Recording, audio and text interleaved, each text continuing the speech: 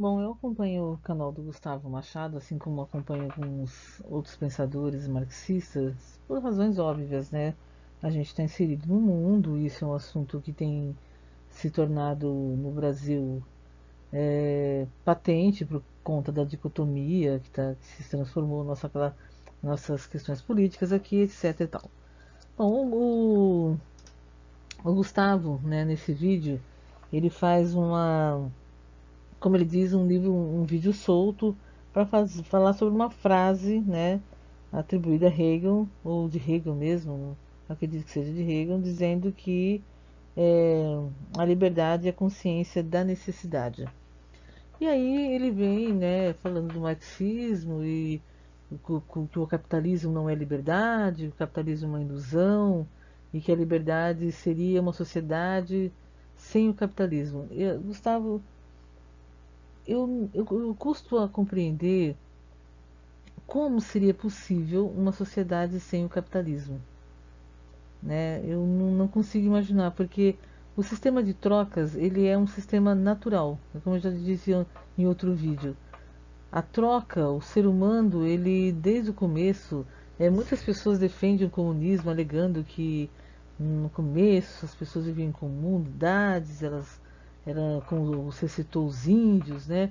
Bom, vamos esclarecer uma coisa: os índios e aqueles que eram nômades eram pequenos grupos que a natureza controlava, como ela controla em vários aspectos. Deixa eu explanar melhor isso. Numa ilha você vai lá e tem X habitantes de coelho, de cobra, de águia, para simplificar.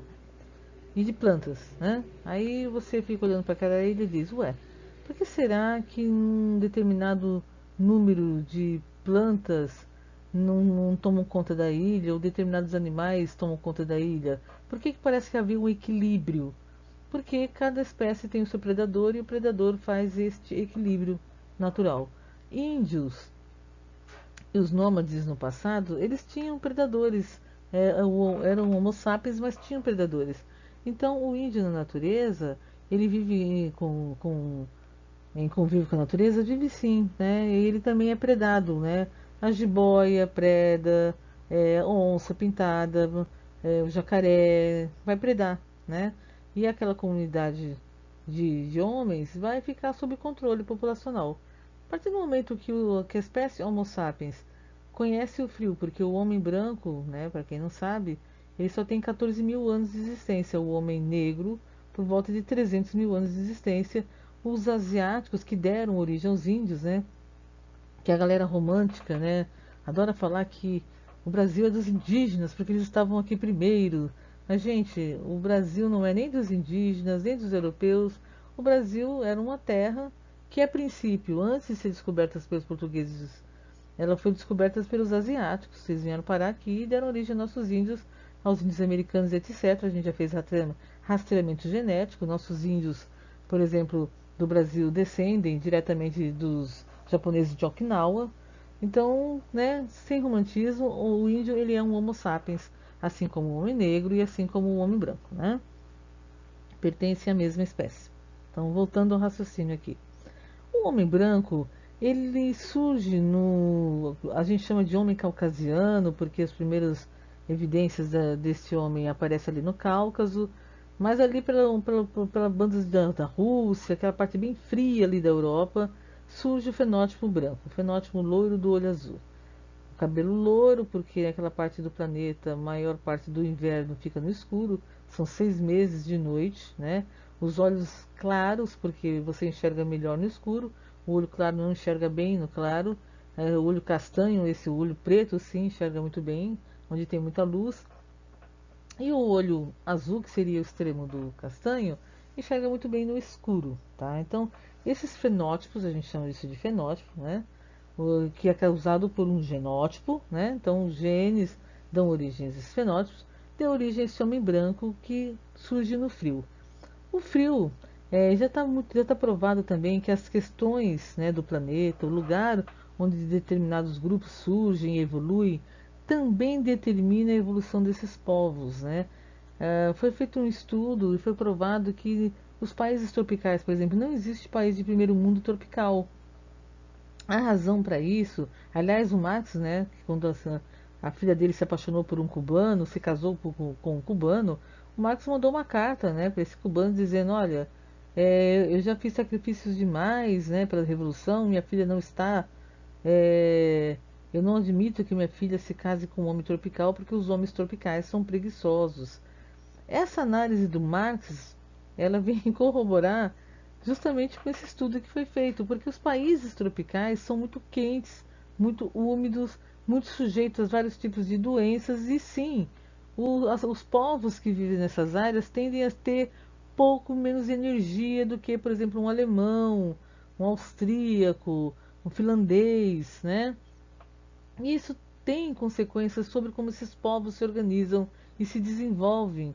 Então, o homem branco que surgiu há pouco tempo, comparado com o homem negro, ele evoluiu e boa parte da sociedade como nós a conhecemos, de civilização, porque a primeira maneira que a espécie Homo sapiens se encontra, né, consegue se tornar civilizada é através da religião, né?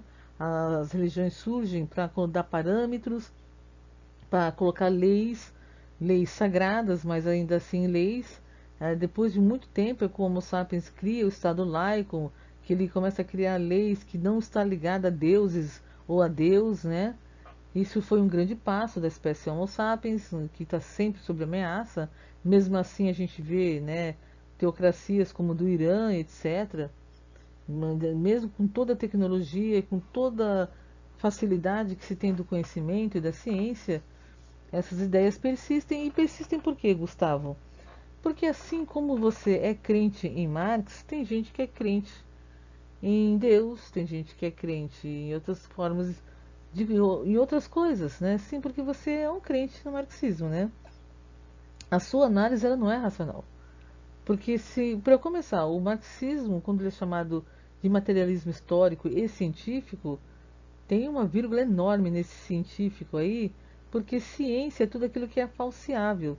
Se não é falseável, não é ciência. Ou seja, se eu não consigo reproduzir, se outra pessoa não consegue reproduzir aquilo que eu estou afirmando, isso não é ciência.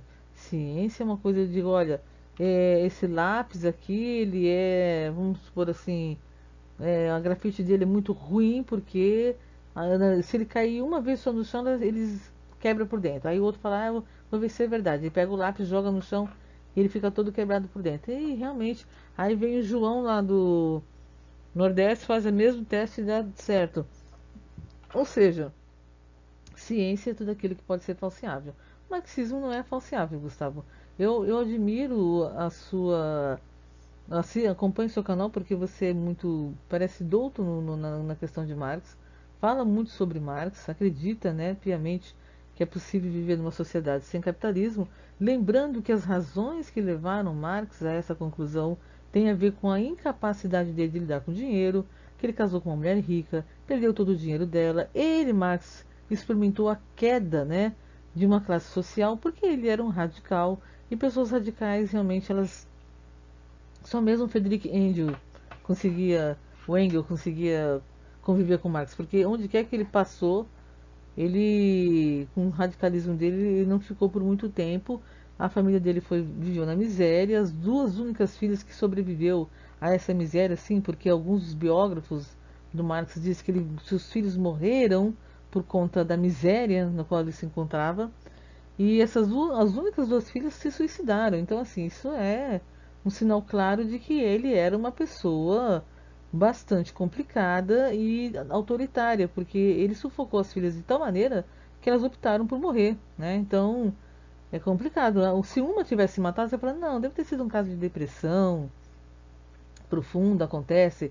Agora, as duas se matarem e a outra se matar junto com o marido ainda, definitivamente o Marx tinha responsabilidade nisso aí, né? Vamos falar a verdade. Mas não vamos fazer um argumento ad hominem contra Marx, né? Não vamos, vamos falar de Marx sobre o seu insight sobre o capitalismo. Na minha opinião, o insight do Marx estava correto em alguns aspectos, porém, a ideia de que o trabalhador vai assumir o controle da fábrica, porque ele é que produz aquele produto, é de uma ingenuidade assim absurda. Para começar, se o trabalhador tivesse condições de administrar uma fábrica, ele não seria trabalhador, ele seria dono de meio de produção. O capitalismo ele foi sendo domesticado pelo Homo sapiens, né? E evoluiu muito, não há como negar isso. Direitos trabalhistas, etc e tal. De vez em quando isso tende a sofrer um retrocesso, sem dúvida nenhuma. É preciso estar atento a isso, sem dúvida nenhuma. É preciso haver controle do capitalismo no sentido do acúmulo de capital e tentar criar uma sociedade onde o incapaz, sim, porque existem incapazes, pessoas que são preguiçosas mesmo, ou são pouco menos inteligente, etc., tenha uma renda mínima para viver com dignidade, sim, isso é necessário. E isso só pode ser feito através de um Estado, não há dúvida nenhuma disso. Quer dizer, a ideia contrária de Bakunin, de que você pode viver numa sociedade livre, tão livre que não precisa de Estado para colocar regras, é uma ideia também tão utópica quanto a do Marx, né? Numa sociedade comunista. É bem interessante uma das partes da sua fala quando você diz que a liberdade, por assim, Paulo Freire certa vez disse isso, né? Paulo Freire disse: não há liberdade onde não há disciplina. Concordo plenamente, é por isso que você tem que ter polícia, é por isso que você tem que ter leis, é por isso que você tem que dizer para uma pessoa: olha, se você dirigir bêbado, você vai para a cadeia, porque você está colocando a sua vida e a de terceiros em risco, e etc. Isso quem tem que fazer é o Estado. O Estado, por sua vez, o modo como ele é organizado, na minha opinião, Gustavo, a gente pode evoluir, devemos evoluir. Agora, sempre, na minha opinião, esse Estado tem que ter uma chancela da sociedade, ou seja, a ideia de que uma maioria deve escolher uma minoria para representá-la ainda é o que a gente chegou, assim, que a nossa espécie conseguiu criar de melhor. Eu não vejo saída fora da democracia liberal e não vejo saída fora do capitalismo. Acho que é extremamente ingênuo da sua parte acreditar que é possível criar uma sociedade sem o capitalismo. Acho que é uma falta de conhecimento, inclusive de biologia, né? Porque esse seu modo de pensar, e você dizer, ah, não, eu sou livre porque eu tenho essa opção de pensar, não tenha dúvida, né, que isso é uma prova de que você é livre. Você está fazendo um vídeo no YouTube, se fosse lá em Cuba, e na China, e em todos os países que tentaram implantar essas ideias, né, e você estivesse falando exatamente o contrário, você não teria essa liberdade, né? Mas aqui você tem essa liberdade porque pouco ou muito, né, apesar de vivermos num país de terceiro mundo, subdesenvolvido, com sérios problemas, ainda temos um pouco de liberdade. É bem verdade que o Alexandre de Moraes, o Supremo, tem mostrado que essa liberdade ela pode ser ceifada a qualquer momento, né? Mas ainda é liberdade, não é verdade? E eu estou fazendo esse vídeo para você como uma resposta a esse seu argumento, porque eu acredito que você é uma pessoa de cabeça aberta e que queira discutir essas ideias, né? Se você puder colocar de maneira científica isso que você disse, né, de que o capitalismo ele é inviável para a nossa espécie, que a nossa espécie precisa se livrar do capitalismo, seria interessante. Mas eu discordo completamente de você. Eu acho que as pessoas dentro do capitalismo, elas são muito livres, tá? Esse músico que você citou, ele não fez, ele não chegou onde ele queria porque numa sociedade capitalista isso não é possível. Eu acho que é exatamente o contrário, Gustavo, né? Se ele conseguiu alguma coisa é graças ao capitalismo. Se ele vivesse numa sociedade socialista, muito provavelmente ninguém teria dado a menor bola para ele, porque sim, é o interesse que você desperta em outras pessoas que vai fazer você conseguir mais dinheiro. Então, se você é um grande músico, todo mundo vai querer ouvir você tocar e vai pagar para isso. Se você é um grande jogador de futebol, as pessoas vão pagar um salário milionário para você jogar no time dele e assim por diante. Isso é as relações econômicas. E é assim que tem que ser. Agora, tributa quem ganha demais do que precisa, né? Para dividir para aquele incapaz que nunca vai ser capaz de compor uma música, de fazer um drible, ou de fazer um doutorado porque não gosta de ler, porque por essa ou por aquela razão, né? Mas a sociedade e o capitalismo permite sim a ascensão social, que você disse que é muito difícil. Olha, francamente eu acho que não, né? Eu, no meus 50 e poucos anos de idade, já percebi que sim, há escolhas e as pessoas fazem as escolhas erradas e acabam de forma errada. E as pessoas que escolheram estudar, na minha geração toda, todas elas que escolheram, optaram por estudar, né?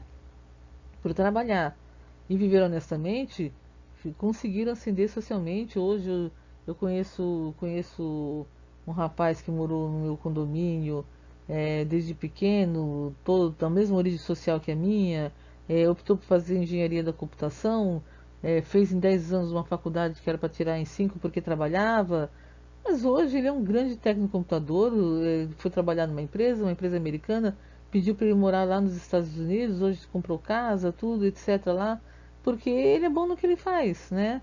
Ele ascendeu, veja, ele saiu da Coab e foi para hoje está morando nos Estados Unidos. Conheço outro que fez administração de empresa, montou uma empresa ali de instalar portas sanfonadas, etc. Hoje tem uma empresa grande, está morando num apartamento de 1 milhão, cuidando da sua própria família, etc e tal. Então, assim, isso é graças ao capitalismo, né? Se fosse outra sociedade, uma coisa que eu já observei, né? Isso é muito claro, muito claro. Onde há monopólio, por exemplo, não há qualidade. Eu frequento, faço uma pós aí num determinado lugar, que lá tem uma única lanchonete para tomar café. E como aquelas pessoas sabem que a gente só tem aquela opção ali, o produto é ruim, tudo é ruim, a pessoa atende com má vontade. Por quê? Porque ela não tem que competir com ninguém. Consequentemente, o que é feito ali é feito nas coxas, porque sabe, você não vai ter opção mesmo. Cantina de escola, por exemplo. Na cantina da escola, o refrigerante é R$ 5. Por quê? Porque você não pode sair da escola para comprar refrigerante, né? Então, é assim, onde não há liberdade, e tem que ser uma liberdade de trocas, e isso só o capitalismo permite, e bem lembrado, permite se não houver monopólio. E é aí que você tem que ter um Estado controlando essa questão do monopólio. Então, nesse sentido, eu concordo que o Estado precisa existir, que ele precisa mediar, funcionar como um juiz, e para tanto nós precisamos de mecanismos que tornem a nossa classe política não corrupta, etc e tal. Claro que a gente precisa aperfeiçoar isso, mas os freios e contras-freios, a tripartição do poder é o que tem para hoje. Mas assim, de toda forma, Gustavo, eu não concordo com você assim nessa questão de dizer que ó, podemos construir uma sociedade sem o capitalismo. Como eu já disse antes, o capitalismo ele é natural, o socialismo ele é artificial. E tudo que é artificial, ou você enfia a goela abaixo, ou então ninguém vai engolir.